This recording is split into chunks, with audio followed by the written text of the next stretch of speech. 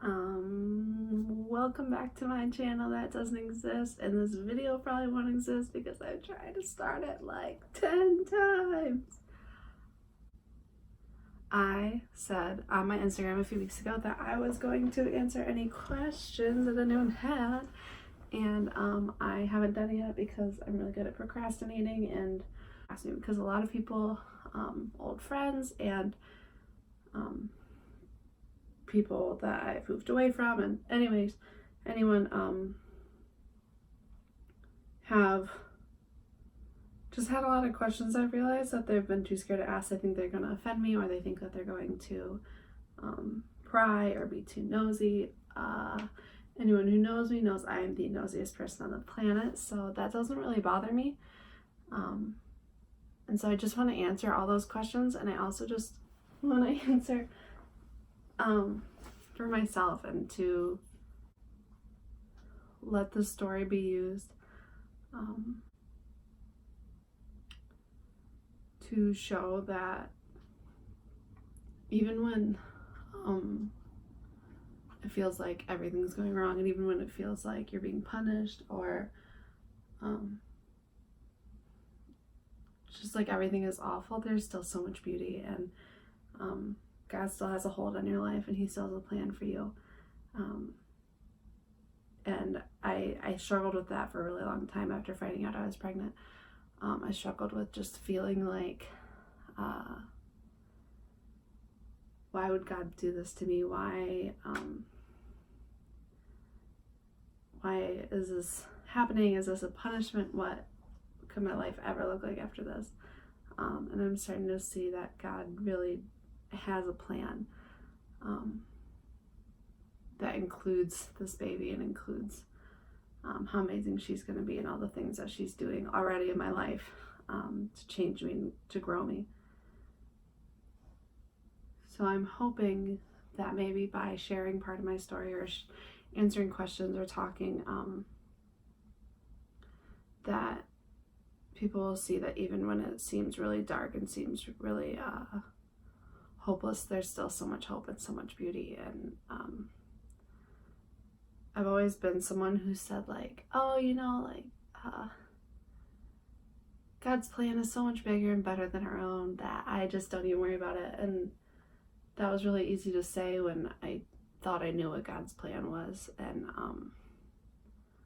it was really easy to say when everything was going right. But when things started going wrong, it was really easy to doubt that, and doubt God's goodness, and also to question if there really even was a plan for my life. So I just want to share that there is, and that God is still good, and He's still really faithful, even through our brokenness. So I am going to use my iPad because I'm filming on my phone, because I'm just going to read questions. Who knows if I'll do them in this order? I don't know. How did you find out you were pregnant? I was at my boyfriend at the time's house, visiting for the weekend, and I was only 2 days late.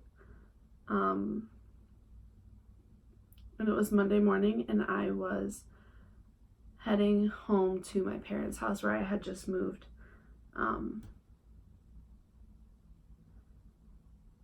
And I was driving home, and I thought to myself, you know what, I'll just feel so much better knowing that I'm not pregnant, which is so unlike me. I'm late for my period all the time. I never think anything of it. But I don't know, I just thought to myself, I'll have peace of mind going home knowing I'm not pregnant if I just take a pregnancy test. So I stopped in a Stop and Shop and bought a pregnancy test, and took it in the Stop and Shop, which any of my Michigan friends or anything watching this, that's like a grocery store. So I took a pregnancy test at the grocery store, and I'm sure when I walked out I looked like I had seen a ghost in the bathroom. So I bought more tests. and called my boyfriend at the time and just said, you need to come home from work. I'm not playing a joke. This isn't good. And I was, of course, hysterical and just couldn't even fathom what was going on. I think I was like convulsing. So I bought more tests, went back to his apartment, and waited for him to get home. My sister kept calling me just to chat like she's doing right now. And finally I answered and I just was sobbing. And I hadn't even taken the second test yet. But she was so sweet and reassuring. And so anyways, I took more tests, and every test I took, all 4 or 5 of them came back positive. And that, of course, was a panic. And then eventually I went to the doctor and said, I think I'm pregnant. And he was like, okay, you know, how late are you, blah, blah, blah. What makes you think you're pregnant? Did you take any tests? And I said, yeah. And he said, okay, it was positive? I said, yeah, I took 4 and they all were. And he said, okay, so you're pregnant. And I said, well, can we do a blood test? And he said, okay, but you know, I don't think it's necessary, but I did. And then that came back positive and I was shocked. And then I still didn't believe I was pregnant. And then I went for my first ultrasound, and you could actually see it. And that's when I really, truly knew I was pregnant. I'd already told my parents and started discussing that I thought I was pregnant, but I had not really believed I was pregnant. I think it's really easy to convince yourself that it could be anything else. So I'll use that to segue into another question that someone asked, that was, how did you tell your parents? Or I think it said, what was their reaction? So I found out I was pregnant in Stop and Shop. Was visiting my boyfriend at the time for the weekend, and he lived an hour away. So he came home from work and we said, okay, I said, I have to tell my parents. There's no way I can go home and not tell them. Like, I can't even face them knowing that I might be. So we were driving up to my parents' house when my mom texted me, and it was Monday, and it was like 2 p.m. Like, I should have been home. So she said, hey, I just want to make sure that you're okay. You know, like, I want to make sure you're not like in a ditch somewhere, because I hadn't talked to her all day and I told her I'd be home in the morning. So I didn't really know what to do or how to handle that. So I just called her sobbing and said, I'm pregnant. And she just said, are you serious? Are you joking? And I said, no, I'm not. Like, I could hardly breathe. And she said, okay, come home. You're an idiot. So I got home thinking that my mom was going to yell at me. And just the second she opened the door, she just hugged me and was so nice. And we talked, and I was so scared of what she was going to say, but basically she said, why would I be mad at a side product of something I already knew was happening? You know, which was huge for me, just to kind of have that comfort in knowing that she wasn't so disappointed that I ended up pregnant. You know, it happens. It can happen. It can really happen to anyone. So she was kind, and she was loving, and she was everything a parent should be. Well, then my boyfriend at the time had a business trip the next day, and so we said we need to get back so he could go back to work, get his stuff packed up, get his day done. And while we were driving home, my mom called and said, hey, I really think you need to tell your dad together with both of you. And so I said, okay. So we turned back around and we drove another hour back up to my parents' house. And this time we were just going to be telling my dad. And my dad is a serious guy. He's very no nonsense. And so when we realized we had to tell my dad, my boyfriend said, your dad's going to shoot me. And I said, probably, like I couldn't even sugarcoat it. I was so terrified of what my dad's reaction was going to be, and I was picturing screaming and yelling and hiding, and just this whole dramatic scene of my dad wanting to kill both of us. And so we got home, and my dad got home from work, and he could tell something was up because we were both just sitting like this. And so I could hardly get the words out without crying. But so then I told him, and he said, I told you to keep your clothes on. And I didn't even know how to react to that because I was so ready for screaming and so ready for disappointment, and was just met with love all over again. So another question I got was, where are you living? Where are you going to live when the baby gets here? Short answer, at my parents'. I graduated high school, lived in Michigan for 5.5 years. And then towards the end, I was having some mental health problems, and I also just knew that I was really interested in someone that was here, and so I just didn't want to be in Michigan anymore. I needed to be by my parents, and so I said, you know what, it's time to move home, thinking that it would just be temporary. And obviously plans have changed, and so I'll be here. Luckily, my mom has a business centered around babies and baby clothing and baby blankets, and so we have a crib and we have a nursery, and so as far as that goes, it really couldn't have worked out better for me and for the baby to be here and to have my parents' support, and also just to not be alone going through this completely alone. Which will bring me to my next question that I got asked quite a few times, which is, where's the dad? Obviously. I think that's the number one question. And so I really don't want to slam him. I don't want to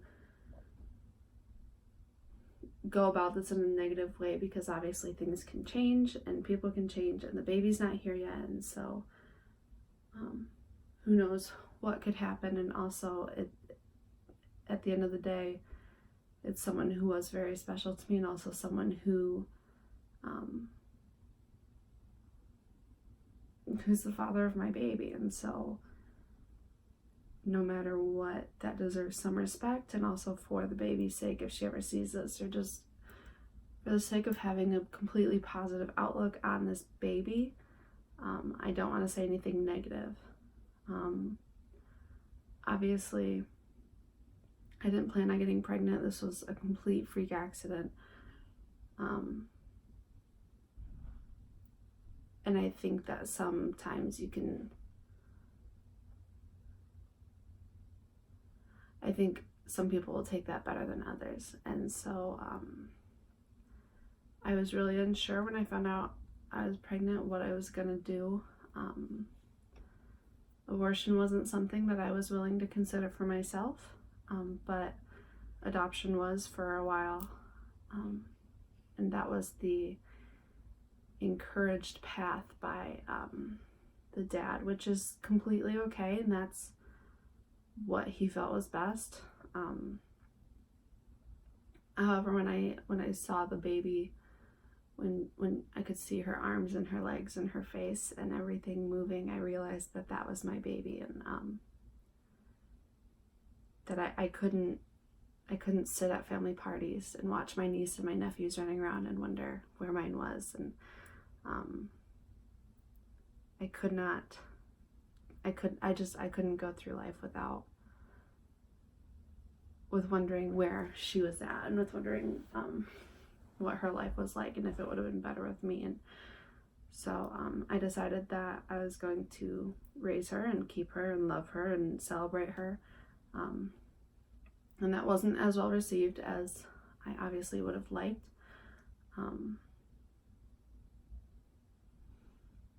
And it kind of at some point became clear that choosing her was choosing to do this as a single mom,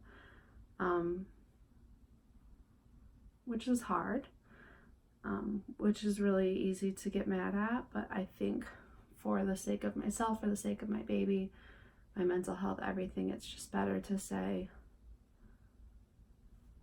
you know what, this is God's plan, and that's beautiful. And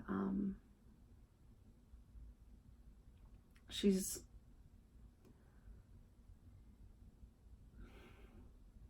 gonna be completely loved. And if her dad ever did choose to come into the picture, he would be welcome with open arms. And if not, then that's okay too. You can't force someone. You can't force someone to do anything they don't want to do. And so, yeah, I think for anyone that does know personally who and what the situation is, I just want to be completely respectful to everyone and to the community that we're from. We're from a really small community, and so I don't want to bring any negativity.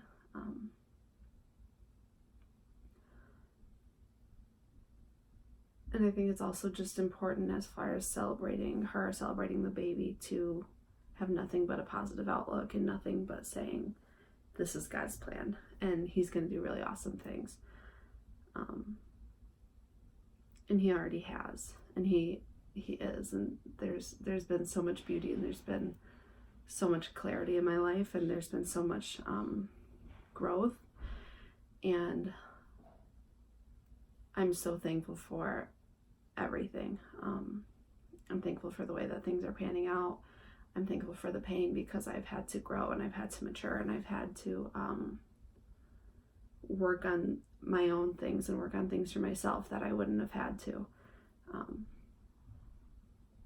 And so I think God has really been using this time to prepare me to be a good mom to my baby, and also just to be an adult and to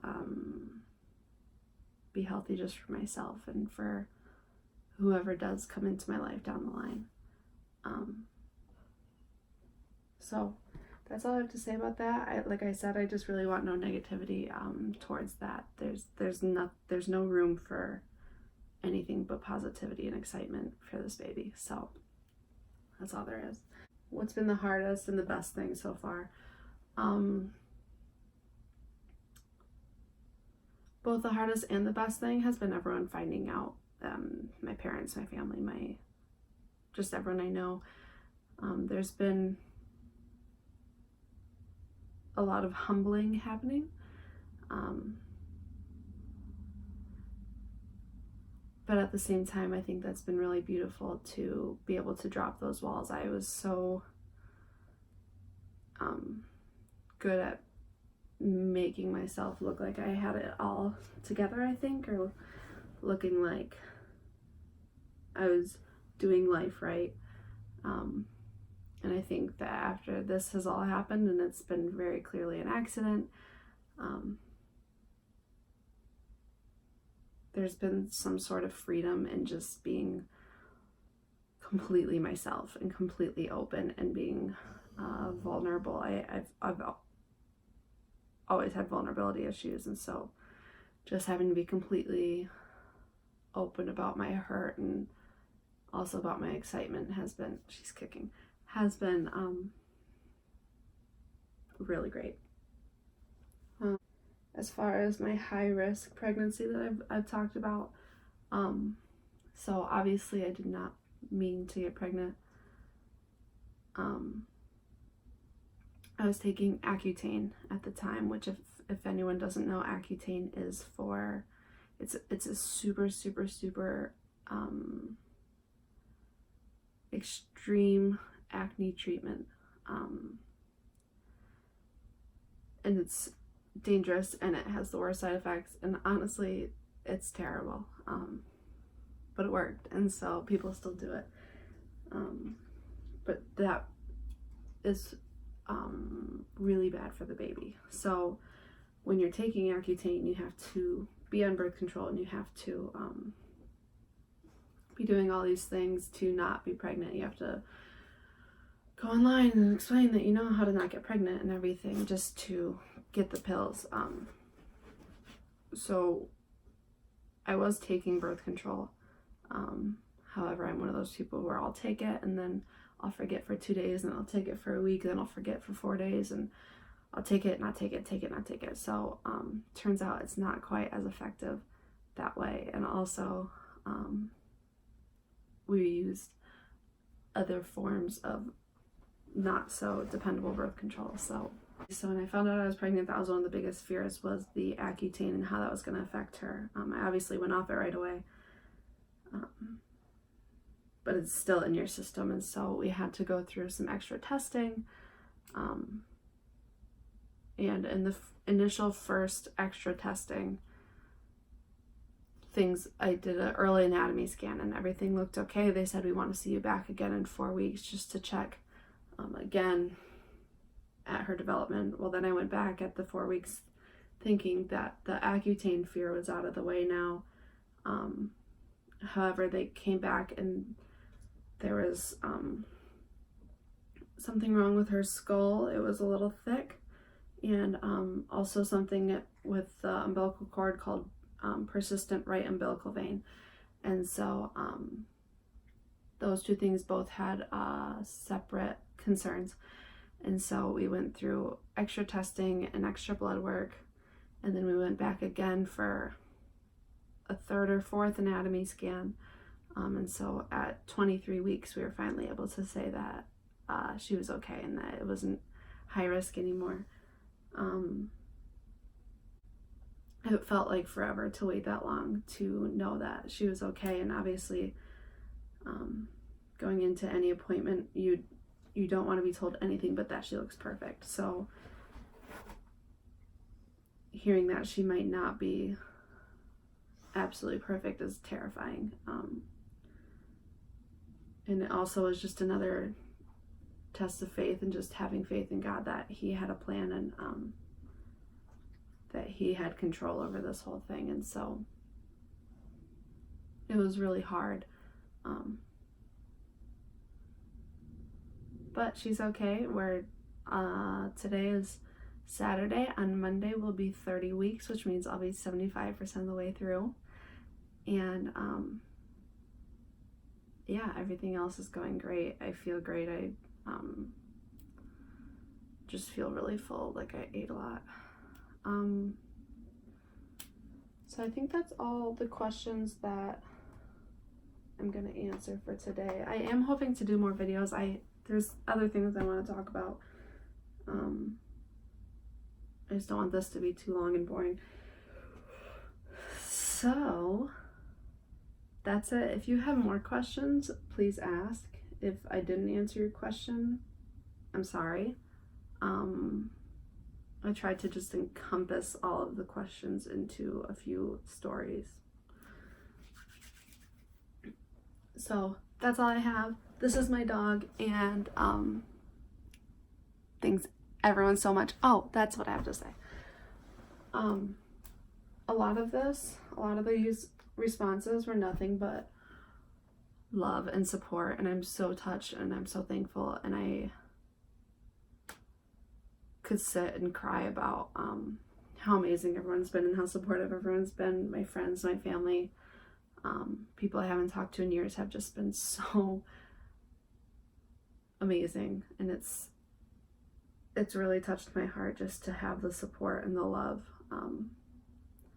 Like I said, I could go on and on, but I'm so thankful.